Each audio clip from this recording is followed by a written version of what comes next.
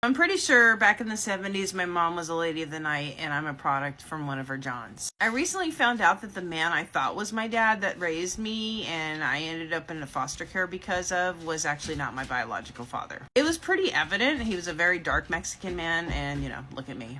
But I always thought I looked like my mom, and that's, I just took after her, and it happens. But actually finding my biological father, I actually look more like him, almost like a copy and paste. It's been a very strange encounter between me and this gentleman. It has put him in a big whirlwind, obviously me too, because I look at my younger pictures and I realize I look like a stranger I've never met.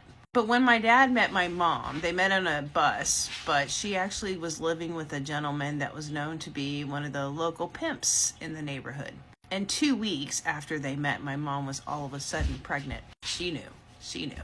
So she moves in from the pimp's house to my dad's house. Now, I'm not judging her. This was the 70s, and she left from Michigan to California, and, I guess desperate times calls for desperate measures. But the biological father is so afraid to tell his family, and I'm pretty sure I know why. One weird thing is he knew where he met my mom, where they went, but doesn't remember her.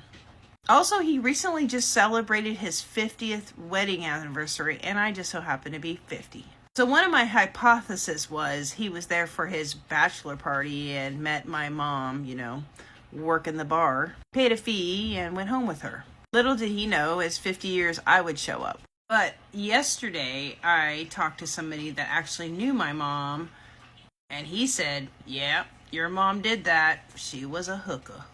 Mentioned that in one of our messages, like I didn't know if it was a one-night stand. There was some rumors that my mom was doing that lady of the night stuff. He just grazed over it, hadn't said anything. Yes, in case you're wondering, I am in therapy now.